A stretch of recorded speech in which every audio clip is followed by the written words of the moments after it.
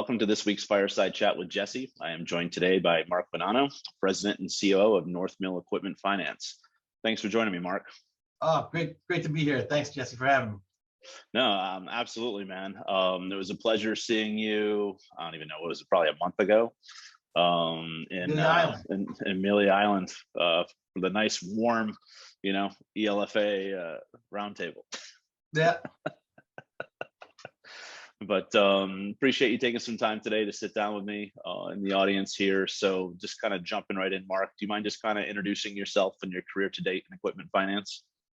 Yeah, sure. So I started out as an accounting geek. I worked for public accounting for Price Waterhouse in their financial services industry, and then decided that I wanted to go into finance and called a recruiter, and they said, well, how about GE? And I said, well, GE doesn't do finance. They make refrigerators and stuff like that. And he says, no, they've got a huge, business, GE Capital. So went up there, and that started a 16-year career for me with GE. Did a lot of different industries, but mostly large ticket commercial lending, as well as some consumer lending as well.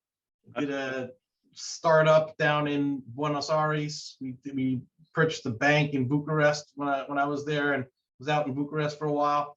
So it was a great career at GE, but all good things must come to an end at some point in time. And moved on to become the CFO for a small ticket transportation lender. It's called Advantage Funding. It's out of New York.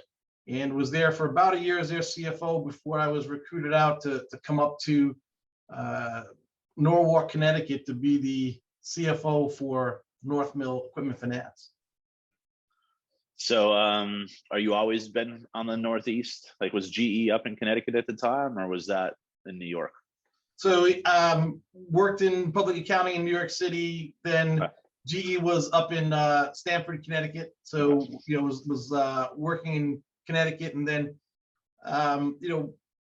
when I transitioned from kind of being that controller kind of accountant guy into a CFO, I had an opportunity where I moved my family up to Rochester, New York. So I moved up there for a couple of years to be the CFO for Xerox Capital Services. Okay. At that time. And then came back from Western New York and moved back down to Connecticut. That's I'm from Watkins Glen originally. I don't know if you knew that, but when I go home, I fly into Rochester. Yeah. My second job out of college was actually in Stamford. I lived in the Bronx. Depending on the timing of that commute, it could have been 15 minutes or it could be 2 hours. I don't miss that. Don't miss that at all.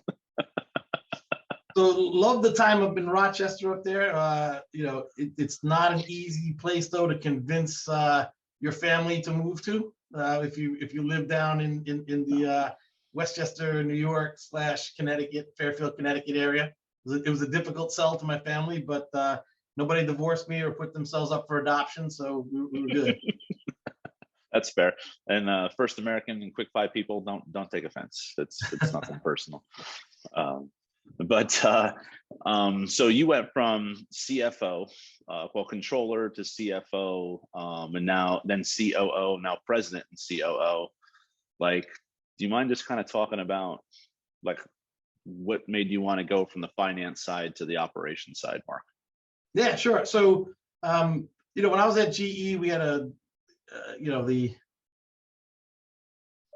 major initiative in Six Sigma, if you will. And so okay. That's where I started to get some of my operational background. And, I was probably more operational finance guy versus a technical finance guy. So not as much quoting FASBs, but more trying to figure out, hey, we just bought this power plant. How do we integrate it back into, into GE? So I was always more of an operational guy, and Six Sigma kind of, lit that fire under me to become a little bit more operational. And when I was there, just looking to kind of transition from a controller back out to a CFO, I went back to the CFO of my business and said, how do I transition to get that job? Every time I look at a job and it says, for a CFO, it says, hey, they want experience as a CFO in order to get a CFO job. And I said, so how do I actually get that experience? And so, his, he was a mentor for me, and he told me, go to some place where a process is broken, where something is in a state of transition, or you're starting something up, right? So you can really make a name for yourself.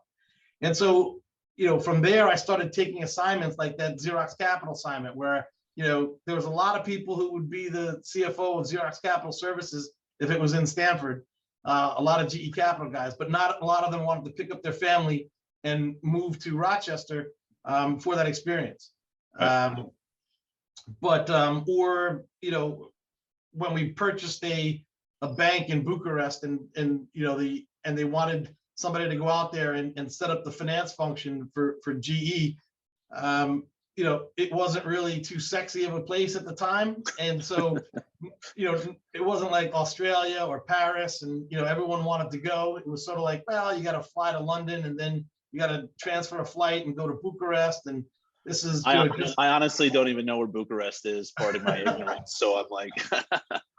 Yeah, well, it's the the capital of Romania. So, but again, okay. At the time, Romania wasn't a popular place to necessarily go, but it gave me the opportunity to do some things that I normally wouldn't get the chance to do if it was in Connecticut.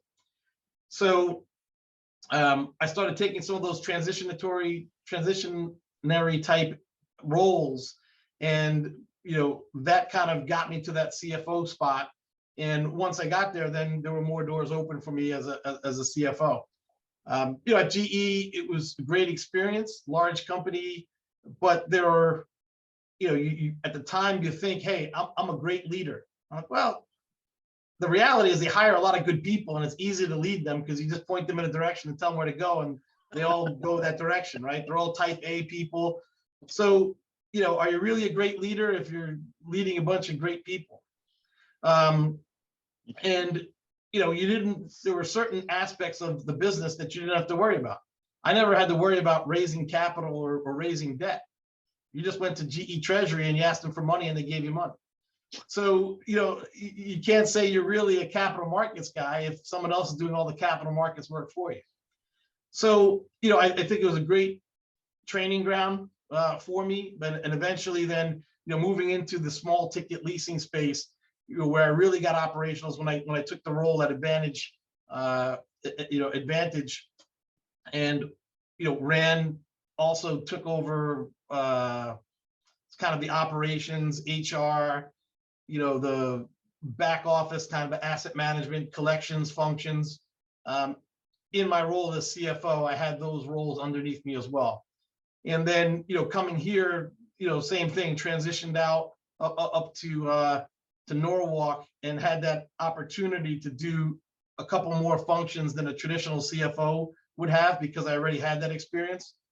And then over time, learned the capital markets part of the business, learned more of the sales piece of the business, and eventually had the opportunity when we did a recap with Wafra in 2018 to become the COO, and then about a year and a half ago, the president of the company. So been fortunate to get those experiences as my career has progressed. Nah, I like that. It's like stepping out of your comfort zone. I don't want to do that. Well, fine, I'll do that, and then more opportunities open up for you. So that's great. That's a good point. Thank you for that. So let's just talk North Mill Equipment Finance, if you don't mind. Do you mind just kind of introducing the company, like industry served, different ticket sizes, et cetera? Sure. Well, we're independent equipment finance company. We have a small ticket and a mid-ticket business. So our ticket size runs from 15,000 up to $1 million for any one individual obligor. We mostly lend to small and mid-sized businesses. When I first got here, we were primarily a transportation finance company, and mostly around goods and services. So, roughly 90% of our originations were in the truck, heavy duty truck, trailer space, a little bit of construction, but mostly the heavy duty sleeper trucks. And we were mostly a subprime lender in that space. And in 2018, when we did our recap and were purchased by Wofford Capital Partners, we set out to diversify the credits that we were underwriting, as well as our products and our industry served. So we've added on medical, franchise, spent a lot of time to develop a construction card that was competitive in the marketplace as well. So we're the better the credit, the more agnostic we get to the equipment type. As long as it's business essential and revenue generating equipment, and it doesn't fly or float, North Mill will finance it. That's fantastic. And then especially going into 2020, where you're like not sure what's going on with the transportation sector, having already that in play, in I guess in process, probably made you guys feel a lot better. Yeah, no, when we in 2017, after the 15-16 recession in the trucking market, we pulled back significantly in our originations, and we got to a point where we were originating probably $1.5 million a quarter, right, during that time period. And fast forward to last quarter, we did $109 million, right? So we've across a multitude of sectors. Right now, heavy duty trucks represents probably 12 to 13% of our originations, versus a time when it was probably 65 to 70% of our originations. Yeah, I remember the legacy business prior to, I think probably when you were still at GE, I want to say at one point they were basically all transportation as well. And then 2007, 2008 happened, something similar. So the North Mill traces itself back probably like 57 and 58 years, but the business was branded as North Mill in 2012 when a investment group purchased the old Equilease business, and that then became branded as North Mill. Yep. And then so from an employee perspective, majority of the employees in Connecticut, are you guys national across the board? Yep. So we originate nationally across the US, pretty much follow the GDP of the US. So California is our largest market, followed by Texas. We were primarily, when I got here, we were just in Norwalk, Connecticut. Now we have regional offices, one out west on the West Coast in Irvine. We have one up in New Hampshire in Portsmouth. We have an office down in Voorhees, New Jersey. And more recently, we purchased a equipment finance business out in Murray, Utah. So we also have an office out in Utah. Nice. Well, you guys are all over the place. I guess Texas is probably next, right? maybe Florida, but we'd have to rebrand it as South Mill versus North Mill. Oh, there you go. It'd be an interesting dynamic between the organization. Yeah. So in talking about the organization, I want to talk about your culture and employee tenure at North Mill, Mark, if you don't mind. Yeah, sure. So I think the kind of one word that I would use that we wanted to embed into our culture is transparency. And that transparency is with both our business partners. So we are a third-party referral business only. So we only have an indirect channel. But we wanted to make sure we were transparent with our partners, our business partners, our banking partners and capital markets partners, as well as our employee base. When I got here, it was kind of eye-opening to see folks that didn't understand exactly like our financial position. When the downturn came in the trucking sector, a lot of folks didn't really understand our underlying financials. And we're not a public company, but one thing we said is I want everybody to see our financials, and we do a board presentation. We share it with our employees every quarter. We share our financial statements with our employees, so everybody knows exactly, what ground and what footing the company is on, right? I think from an employee perspective, the thing that we want in our culture is for folks to feel challenged and empowered. Again, I think it's, if you want to be happy at a place that you're working, you want to feel like you're empowered to make some change, and that you're challenged, that you're not coming in just doing the same thing every single day. And I think, here at North Mill, we're not a new company, but it feels like it's still a startup, right? We're up to 108 employees now, but we're the innovation here, and the as far as new products and new markets, and we're lucky to have some capital sponsors that are very interested in helping us grow and take on risk where we think there's opportunity. And so that's the culture of North Mill, if you will. No, and I really appreciate that that word you mentioned there, transparency. And I'm sure when we were at the executive roundtable and you heard the guy from SHRM talking about transparency and what it means, my first two organizations I worked for in equipment finance, I always struggle with the transparency, because it's like, well, what do you mean that's just the way it is? I don't understand that. Just educate me, show it to me. Yep. We're constantly having lunch and learns here, so folks that are working in asset management can understand, well, what's our credit policy, right? And what do our docs look like? So you have our docs and funding leader come in and show the docs and show the important sections of the docs. Where is the prepayment terms for a customer, or end of term, so that they understand where that is in the documents, right? And what's our credit box, and how do we look at credit?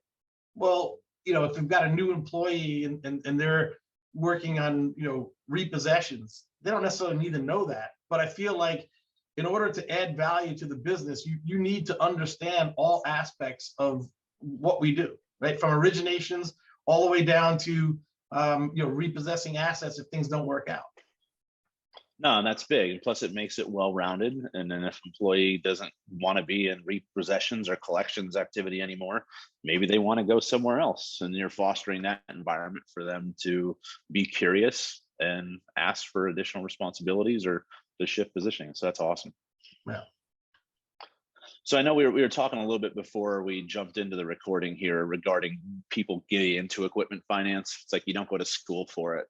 What are your thoughts in regards to like this industry, Mark, and what keeps people here? Yeah, no, look, it's one of the things that attracted me to the industry. We were talking earlier about kind of investment banking and kind of the pedigree that you need to have to be in investment banking.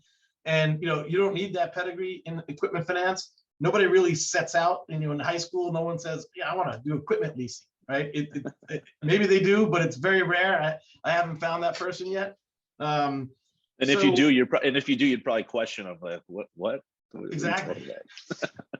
But listen, I know the industry is working on changing that, right? And getting people educated at an earlier age, whether it's in high school or college, to kind of bring people into the industry. But some of our more successful folks here at North Mill, didn't come from a finance background or equipment finance background. Without using some names, we hired someone who's a minor league baseball pitcher, right, and looking to transition into a career, and we brought him into our asset management department, and he's doing great for us. I've had someone who was in the police academy, and they came in, and now they're running operations for us. So, you can take people in and really look for a skill set. If a person is great at sales and great at understanding equipment, then they'll make a great asset manager. So, they don't need to have the experience. We can teach them how to sell and what the process is. But there's certain underlying attributes that you look for in folks, whether it be in risk or whether it be in operations, that as long as you can find people with those skill sets, you can teach them the industry. No, spot on. And I think we were joking before. It's like once you get into equipment finance, you typically don't leave equipment finance. Exactly. There's, we've got, you asked about tenure here at North Mill. So again, relatively young company, but we've got, our oldest tenured employee has been here for 25 years. Wow. In our business, not in the business, but at North Mill. That's awesome. So, we've got folks that are straight out of college, and we've got folks that have been at the company for 25 years. Nice. Well, thank you for talking about that. Now, being that you guys are solely indirect, those relationships with, the brokers and everything else are crucial. Not being able to travel, well, obviously we've been traveling for a little bit now, but for the last couple of years, like how did that impact it? And, what'd you guys do to kind of shift your philosophy on maintaining those relationships? Mm-hmm. So, first off, yes, we are third-party originations only. And I think that's what, sets North Mill apart, and why I would tell a broker to come to North Mill and to be a customer of North Mill. We are 100% almost religiously focused on just the indirect channel.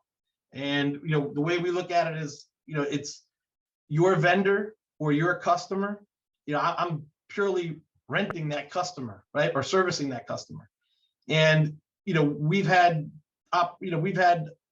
situations where a customer comes back and wants to finance a second piece of equipment, and I look and go find out what broker brought that customer to me. And I call them up and I say, hey, this customer is looking for another deal. Why don't you give them a call? And they're like, really? I said, yeah, and hopefully you bring it back to me, but yeah, I don't mind passing them back. It's not my customer, right? And we don't call on your vendor, right? You built that vendor relationship, and I don't need to call on that vendor, right? We build programs specifically with some of our brokers for vendors, but we run all those originations through that individual broker. No, that's fantastic. And that, when you do that once, maybe next time when they're asking who they should give first shot at this deal to, you guys are going to be top of mind for sure. So that's great. Yep. Business philosophy there. Yeah. And, the other thing that we try to do is to look for opportunities where we can help that broker build their business. So again, in the case of, our acquisition of Aztec Financial, we actually, they had a vendor-based business, right? So North Mill looked at it as an opportunity to purchase a portfolio of assets and to get some good people on our team, for back office folks. But as far as the vendor relationships and the sales folks, we didn't want that to go against our mantra of being indirect only. So we actually legally assigned all those vendor relationships to one of our stronger broker partners, and said, all the origination, this vendor relationship now goes to you. And all I ask for is that you funnel those applications back to me, right? Or give me the first look at them. So, those are types of things that we try to do to deepen our relationships with some of our brokers. Or, another example is building programs where we give a broker an exclusive. So North Mill wasn't in franchise finance. One of our brokers came to us and asked if we'd be interested in doing some franchise finance. And they worked with us, and we built a specific program. And, North Mill will only take franchise finance through that broker. So once we develop that box and that program, we will not then go and take applications or roll that out to another broker, right? And give them the benefit of, hey, this broker helped us build this box. I'm not going to take it now and give it to another broker. That's a great philosophy, and I'm sure that loyalty comes back pretty strong for repeat business, Mark. So yeah, that's great.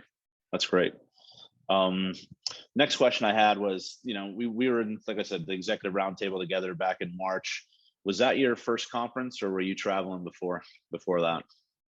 So we were traveling before that. I mean, I've been to a lot of the ELFA conferences, probably not as much as you. I don't remember the hurricane one that you were at, the first one, Irma or something like that. But I've probably been to 5 or 6 of the year-end conferences, probably 4 or 5 of the investor conferences, and that was my second roundtable. The first one was right before COVID, and then they paused it, but really love that that event as well.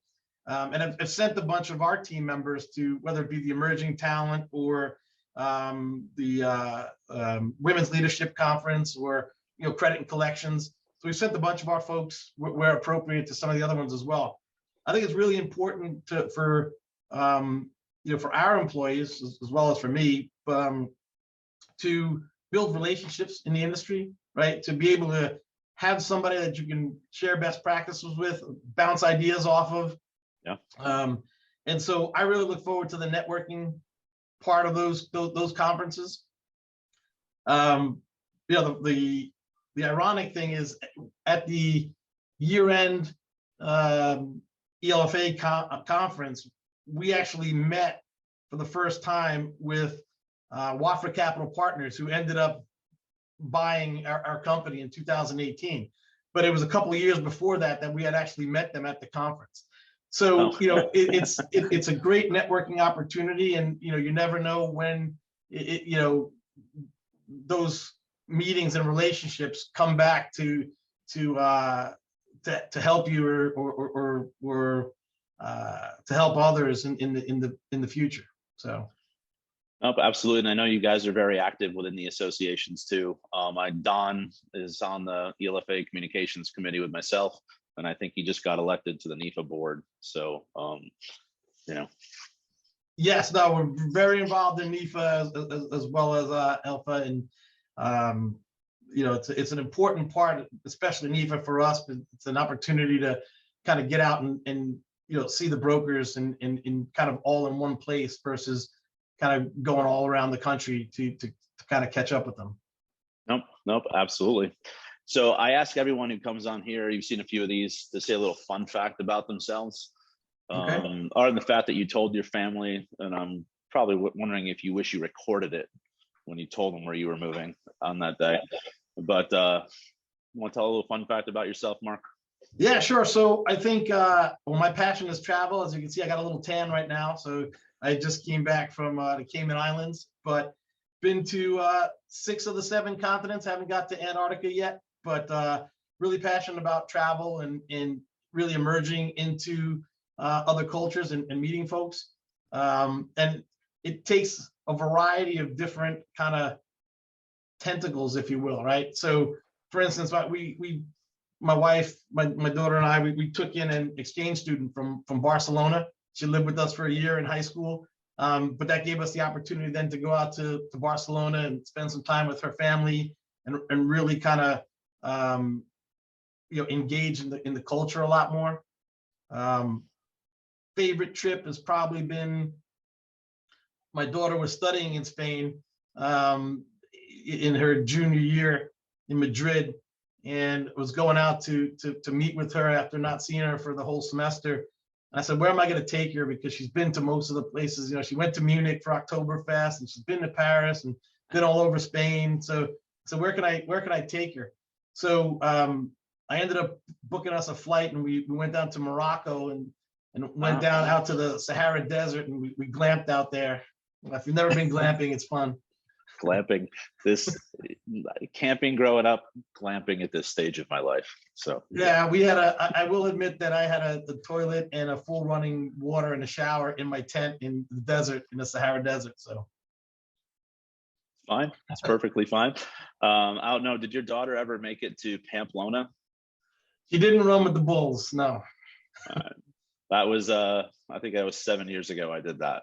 That was quite the experience. Yeah. I'm getting a little too old. I think the bulls would catch me now, but maybe I would have done that in college. But they're more afraid of you than you are them. Not really, but anyhow, it was fun. But thank you for that, Mark. And then, at the end of the day, like, why should people do business with North Mill? Yeah.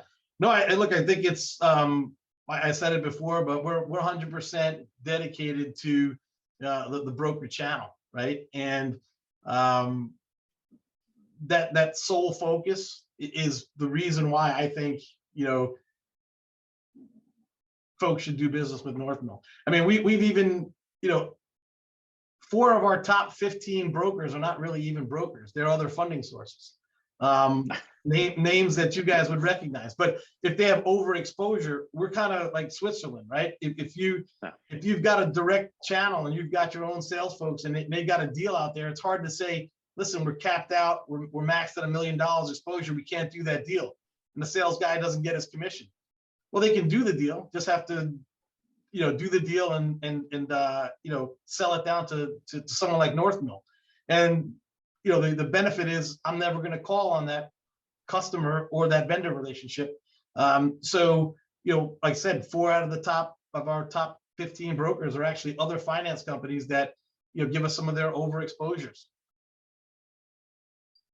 No, that's fantastic. I did not know that. So obviously I always learn something new every time I do one of these things, but thank you for sharing that and, your story today, Mark, and, appreciate your time. And I'm not sure when our paths will cross again. I know probably at the ELFA annual for sure, but if I make it to Connecticut before then, I'll make sure to hit you up. All right, listen, thanks, Jesse. I appreciate it. I too always learn something on these, so it's been great. All right, Mark. Thank you very much, sir. I appreciate your time. Thank you. Take care.